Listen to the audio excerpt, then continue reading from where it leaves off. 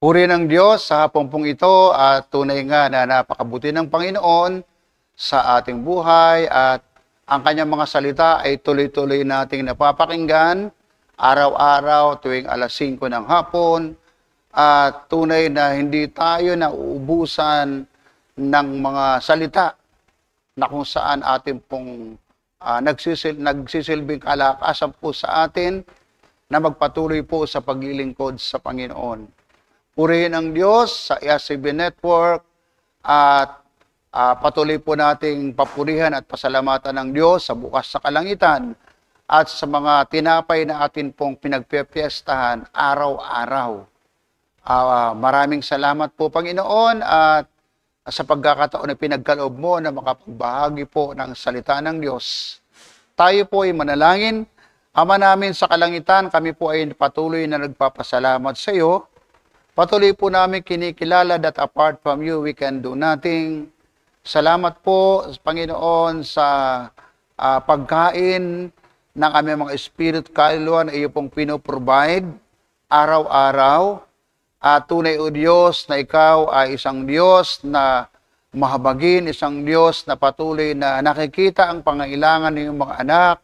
At hindi ka, Panginoon, nang iiwan sa iyong mga lingkod, patuloy mong sinusuportahan, patuloy mong pinangungunahan at pinatitibay ang iyong iglesia sa pamagitan ng mga salitang napapakinggan araw-araw. Maraming salamat po at maging Panginoon sa aming spiritual mentor, Pastor Wilbert, at sa kanya pong pamilya, kay Madam Yasmin at sa technical staff. Nagpapasalamat po kami, Panginoon, kina Pastor Archie at kay Madam Eugene sa kanila pong sa bunga ng Espiritu na nasa kanila, O Diyos. Mayaan mo na patuloy ba pong pagpalain, Panginoon, ang mag-asawang ito at patuloy pang gamitin, Panginoon, ayon po sa iyong nais. Maraming salamat. Pagpalain po ang kalang kabuhayan. In Jesus' mighty name, kausapin mo kami, Panginoon, through thy word sa hapon pong ito. Thank you, Lord. In Jesus' mighty name we pray. Amen. Amen. Amen. Okay. So, sabi po sa aklat ng Hari, unang Hari 2:2, David gave charge to his son Solomon, who would serve as king after him. And he said, Be strong, therefore, and prove yourself a man. Be strong, therefore, and prove yourself a man. So, ang ating pamagat sa hapong pong ito is proving yourself a man. Hindi sinabi ni David kay Solomon na prove yourself a boy, kundi a man. Bakit man? Kasi mabigat yung trabahong iniatang ng Diyos kay Solomon. At ito po yung pamagat ng ating tatalakayin, patunayan mo ang iyong pagiging lalaki. At ito po yung the meaning of manhood, kumbaga ang kahulugan ng pagkalalaki. Sa binasa nating mga talata, dito natin makikita na ang buhay ni David sa mundong ito ay kumbaga papalubog na, malapit na po siyang bumalik sa lupa. At kung aaralin natin ang buhay ni David, mayroong kamangha-mangha po yung kanyang buhay dito po sa mundong ibabaw at habang siya lumalakad na kasama ang Diyos at naglingkod sa Diyos bilang as a man after God's own heart. Si David ay isang tao na kung saan, kung tinignan natin sa Bible at aralin, siya po ay nakapatay. He had slain a giant. At yun naging daan para po siya makilala. Yung katapangang nasa kanya ang siyang naging dahilan para po harapin niya yung higanting si Goliath. At sa kanyang tagumpay na naranasan na siya rin po ay gumugol ng ilang taon na tumatakas, lumalayo sa Haring Saul sapagat naroon po yung pagkainggit Saul kay David nakita marahil ni David na, marahil ni Saul, kay David na siya ang magiging banta sa kanyang paghahari. At habang siya ay naglilingkod bilang hari sa sambahayan ng Israel, dumanas po siya ng paulit-ulit na pagtatangka. Pinagtatangkaan ng kanyang buhay ng kanyang mga anak. Isipin mo, tatay nila, pinagtatangkaan. Si Absalom at si Adonijah. Si Absalom ay gumagawa ng paraan at inilalayo niya yung mga tao kay David. Walang kamalay-malay si David na si Absalom ay meron din palang, kumbaga meron ding ambition sa kanya na pumalit at palitan si David. Bagamat hindi yun iniisip ni David sa kanyang mga anak, at si Adonijah, pronoklaman na niya yung kanyang sarili bilang hari. So, may pagtatangka sa kanyang buhay at ang malungkot, pati yung kanyang mga anak, ay patuloy pong nagiging banta sa kanyang buhay. At bukod doon sa kanyang mga anak, meron pang ibang tao, halimbawa si Sheba, na kung saan papilit pong nais i-overthrow yung kanyang paghahari. Dumaras din doon po siya ng pag-i-struggle sa kanyang buhay dahil nga siya ay nakaranas ng pagkakasala sa pamagitan ng inangkin niya yung asawa ng iba. Yung asawa ni Urias na si Bathsheba ay kanyang sinipingan at inangkin. At yun ang nagdahilan para patayin niya yung asawa ni Bathsheba na si Urias. At habang nandito si David sa mundong ito, marami yung kanyang pinagdaanan. At masasabi natin na hindi po naging boring yung buhay ni David. Maraming ups and down, adventurous kumbaga. At si David ay pinasagana ng Diyos. Marunong si David sapagat kung ano ang ayaw ng Diyos, yun ang ayaw niya. At pag nagkasala siya, ang kanyang ginagawa ay talagang dumudulog siya sa Panginoon at humihingi ng kapatawaran. Ang pagpapala ng Diyos ay naranasan pa rin ni David sa kanyang pamumuno, bagamat medyo magulo sa kanyang kapanahunan. Pero ang kasaganaan at ang kayamanan ay naranasan po ni David. At nung si David ay malapit ng pumanaw, lubugan ng araw, kumbaga malapit na siyang bumalik sa lupa, David has some final words to say to his son Solomon, whom has succeeded him on the throne of Israel. Meron siyang nais iwanang mga salita, bilin kumbaga, na makatulong sa pamumuno ni David sa bansang Israel. Nakita ni David na mahirap, mamahala, mamuno pag hindi kasama ang Diyos.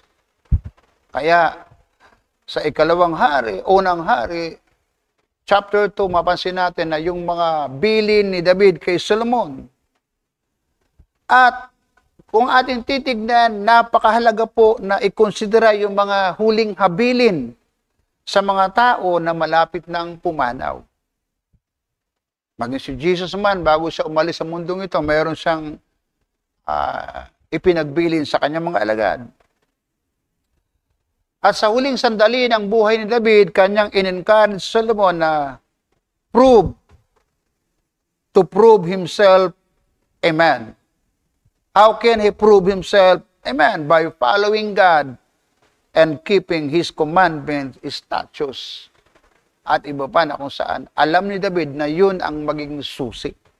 Kinakailangan tindigan ni Solomon, tayuan ni Solomon lahat ng kanyang sinabi. Magpakalalaki kumbaga. Magpakalalaki. So David said, be strong, therefore prove yourself a man. Kinakailangan makita. Kaya kung ating mapapansin sa paghahari ni Solomon, nung maghari Solomon ay kapayapaan ang naranasan ng bansang Israel. So,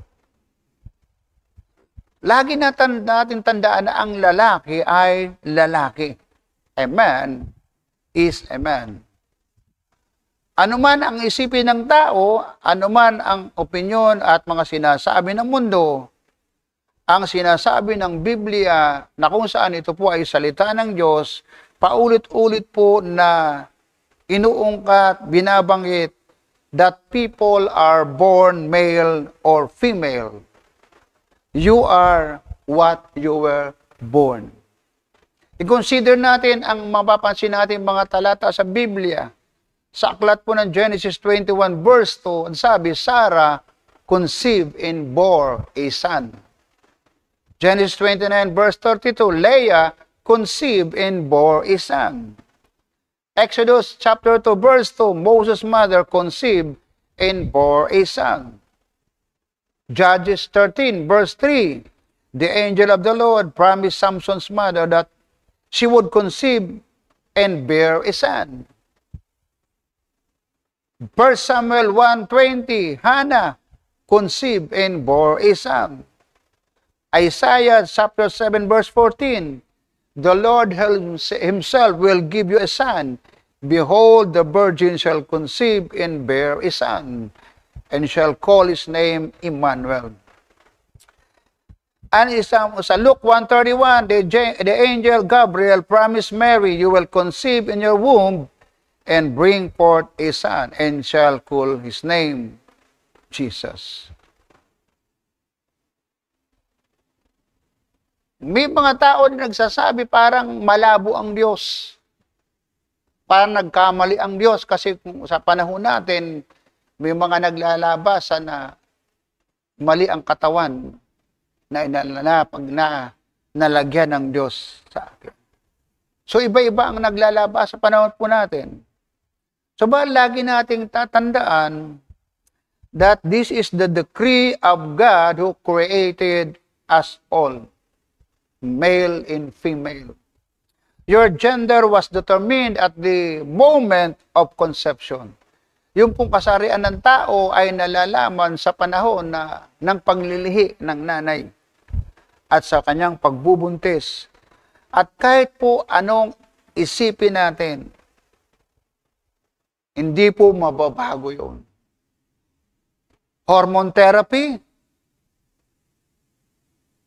surgery, can really change that. Hindi po ito mababago. Why? Because the chromosome in every cell in your body unalterably determine you to be male or female.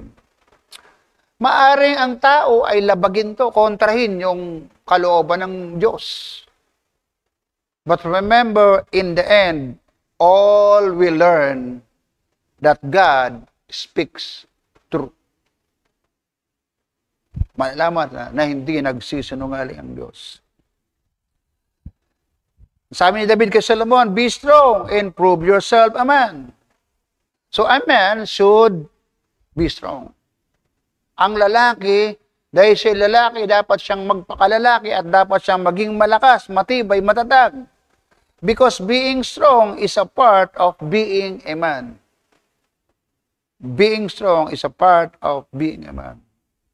Dito sinasabi ng Haring David kay Solomon na siyang bagong hari na siya ay dapat maging strong. You have to be strong because he was going to be a leader. Hindi lang siya leader, kundi hari. Hari ng bansang Israel. Israel na kung saan pinili ng Diyos ang kanyang pamamahalaan. At minsan pa ang Diyos o ang salita ng Diyos ay nagsasalita at ang lumikha ng sangkalawakan, the creator of the universe tells us, sinasabi ng lumikha, ng manlilika na pinagkalooban niya ang mga kalalakihan ng responsibilidad to be strong leaders in their homes and in the church. Meron palang trabaho ang mga kalalakihan. Meron palang mandato ang Diyos sa mga lalaki na kinakailangan maging strong leader sa kanila pong mga tahanan at sa iglesyang kanilang pinangangasiwaan. Sa Genesis 2, verse 18 ang sabi, "The Lord God said, it is not good that man should be alone." Nakita ng Diyos marahil na kailangan ng lalaki ng makakasama. Kaya pinatulog niya ang lalaki at nang siya'y magising, meron siyang partner. "It is not good for a man that should be alone. I will make him a helper comparable to him." So God created woman to be man's helpmate, to be man's helper, not his leader. Hindi po para maging leader ng lalaki. Hello. Ephesians chapter 5, verse 22 and 25 says, ito bang sabi, "Wives, submit to your own husbands as to the Lord, for the husband is head of the wife, as also Christ is head of the church, and he is the Savior of the body. Therefore, just as the church is subject to Christ, so let the wives be to their own husbands in everything." So dito, inuutusan na ang mga kababaihan, ang mga nanay ay kinakailangang magpasakop sa kanilang mga asawang lalaki.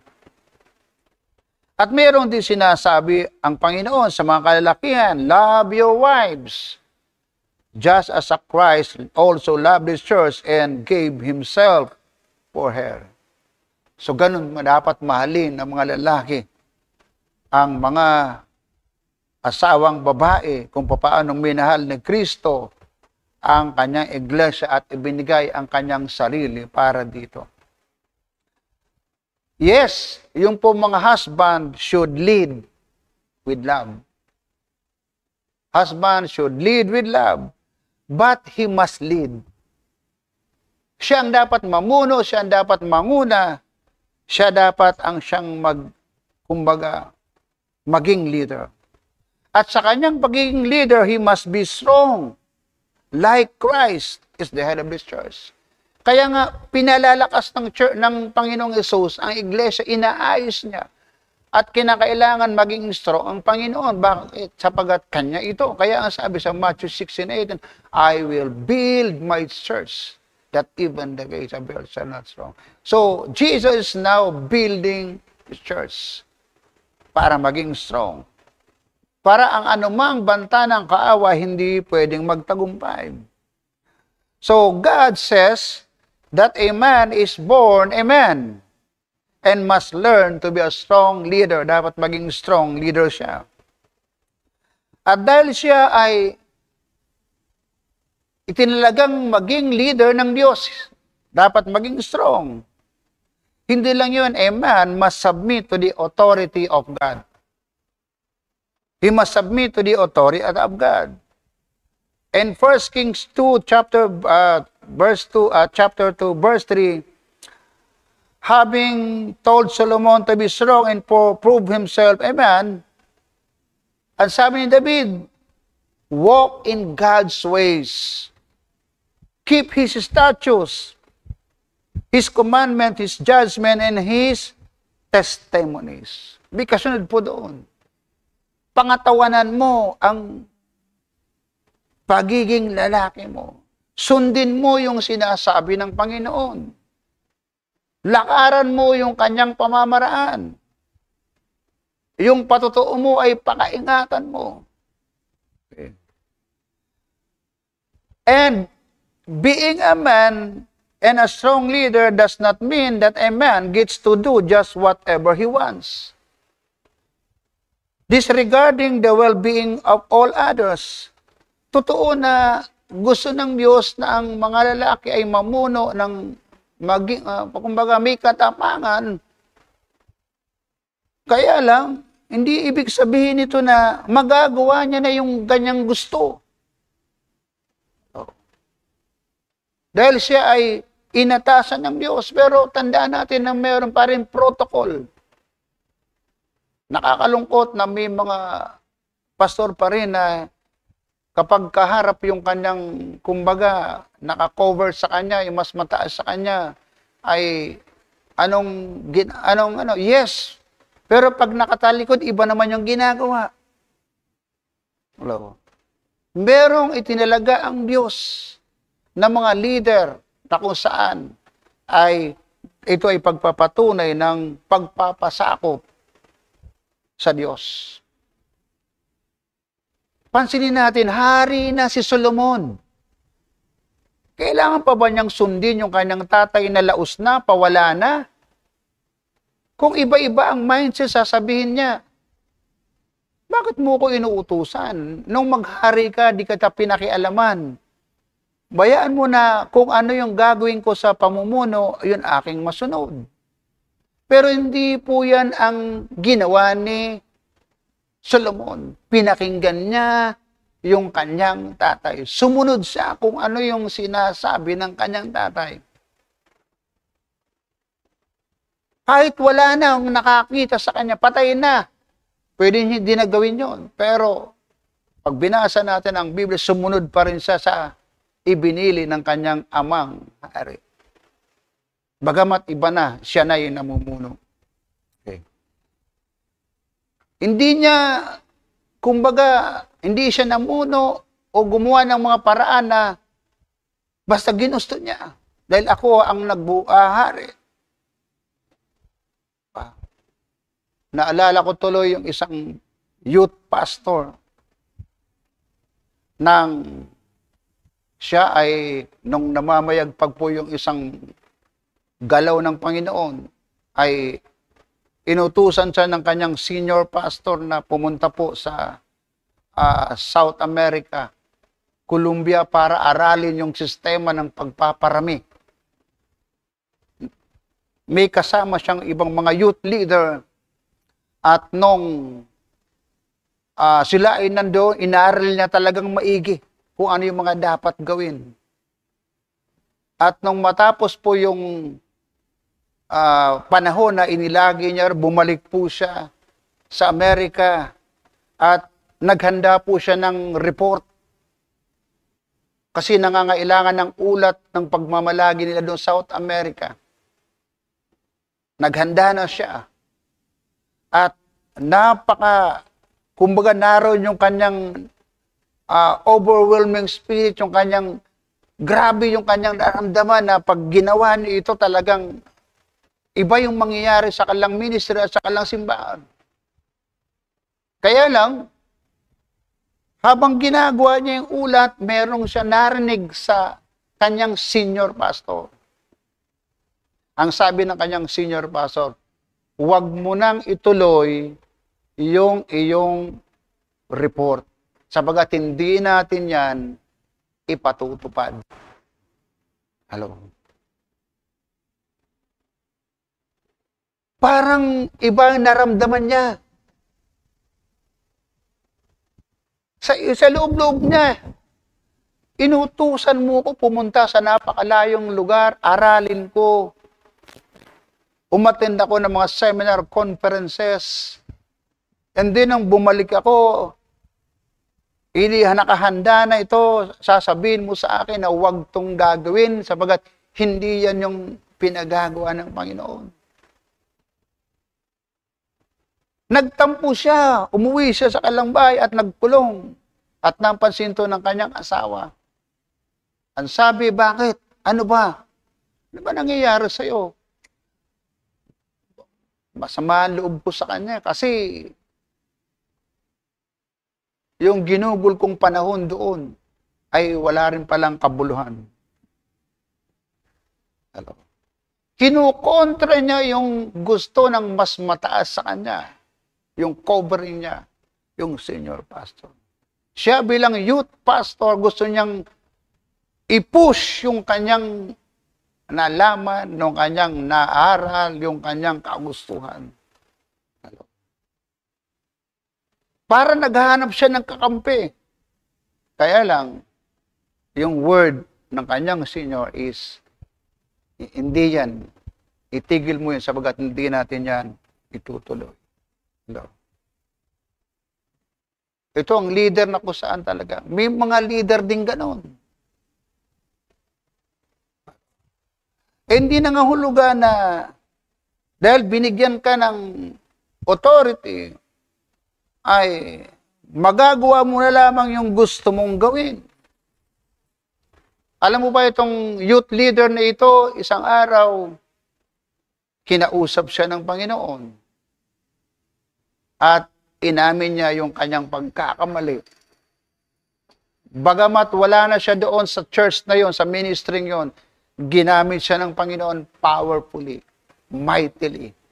At ang kanyang mga naisusulat ng mga libro ay patungkol doon saan? Sa pagsunod doon sa nakakover sa kanya.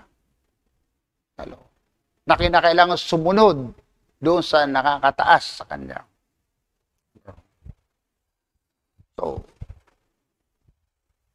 being a man and a strong leader does not mean that a man gets to do just whatever wants. Yung gusto mo. Marunong pa rin tayong magpasakop doon sa mga nakakataas sa atin. Kinakailangan nating gawin bagat mayroong protocol ang Diyos. In particular, he must diligently follow the instruction of his maker. Meron pa rin mas mataas sa atin. May inilagay na pastor sa kanya. May inilagay na leader sa buhay ni Solomon, ang kanyang tatay. At kinakailangan niyang sundin yun sapagat yun talaga yung protocol. Joshua 1 verse 7 ang sabi, when Joshua was appointed to lead the people of Israel, God instructed him. Ang sabi ng Panginoon sa kanya, only be strong and very courageous. Yung tapang niya ay nasa maayos na paraan. Di bali maging matapang ka, basta nasa tama, nasa katwiran. Kaya ang sabi ng Panginoon kay Joshua, only be strong and very courageous, that you may observe to do according to the law, to all the law which Moses my servant commanded you. Do not turn from it to the right or to the left, that you may prosper wherever you go. Yung utos, yung pagiging matapang, pagiging totoong lalaki is marunong manindigan sa kanyang mga sinabi. Yung pag sinabing yes, yes. Pag sinabing no, no. Kaya si Joshua, nung siya ang mamumuno na sa bansang Israel, siya ang pumalit kay Moises, maayos yung kanyang pamumuno. Why? Kasi pag sinabi ni Joshua, ginagawa niya. Kaya ang sabi ng mga tagasunod ni Joshua, sabihin mo lang. Sabihin mo lang kung sino yung mga kumukontra sa'yo, lumalaban sa'yo, nagiging pabigat sa pamumuno mo, at gagawa namin ng paparaan. Para sinasabi, kami ang bahala. So a man is a man by birth, not by choice. A man is expected by God to develop the qualities of a strong leader. Kailangan develop ng tao, ng lalaki, ang kanyang quality bilang leader at kinakailangan siya maging strong. Nasa kanyang pagiging leader, he must lead with love for the good of others. Hindi po para sa kanyang pansariling kapakinabangan, for the good of others. And especially, a man must submit to the God who created him. Not just submit to the God who created him, but submit to the leader na nag-o-oversee sa kanya. So as it was with Solomon, so it is with each of us as men. Kung paano yun ay para kay Solomon, ganun po sa atin. Each of us must prove himself a man. Ano kaya yung isang bagay na gustong sabihin ni David kay Solomon na parang sinusuma niya yung mga nangyari sa kanyang buhay as he seeks to impart some final wisdom to his son Solomon. Kasi gusto niyang bigyan ng, kumbaga, payo, kaalaman, karunungan para maging maayos ang kanyang pamamahala. Ano kaya ang ibig sabihin niya? Ito ba ay kanyang ibig bang sabihin ni David ay ito pa yung kahalagahan ng hard work? Making a lot of money or acquiring more knowledge? Does David suggest that what is really important in life is to go out and have a lot of fun? Or does he encourage Solomon to go and conquer more kingdoms and gain even greater power? So David encourages Solomon to prove himself a man by following God and keeping his commandments. Prove yourself a man. Kahalagahan po ng pagkalalaki. Pagiging lalaki.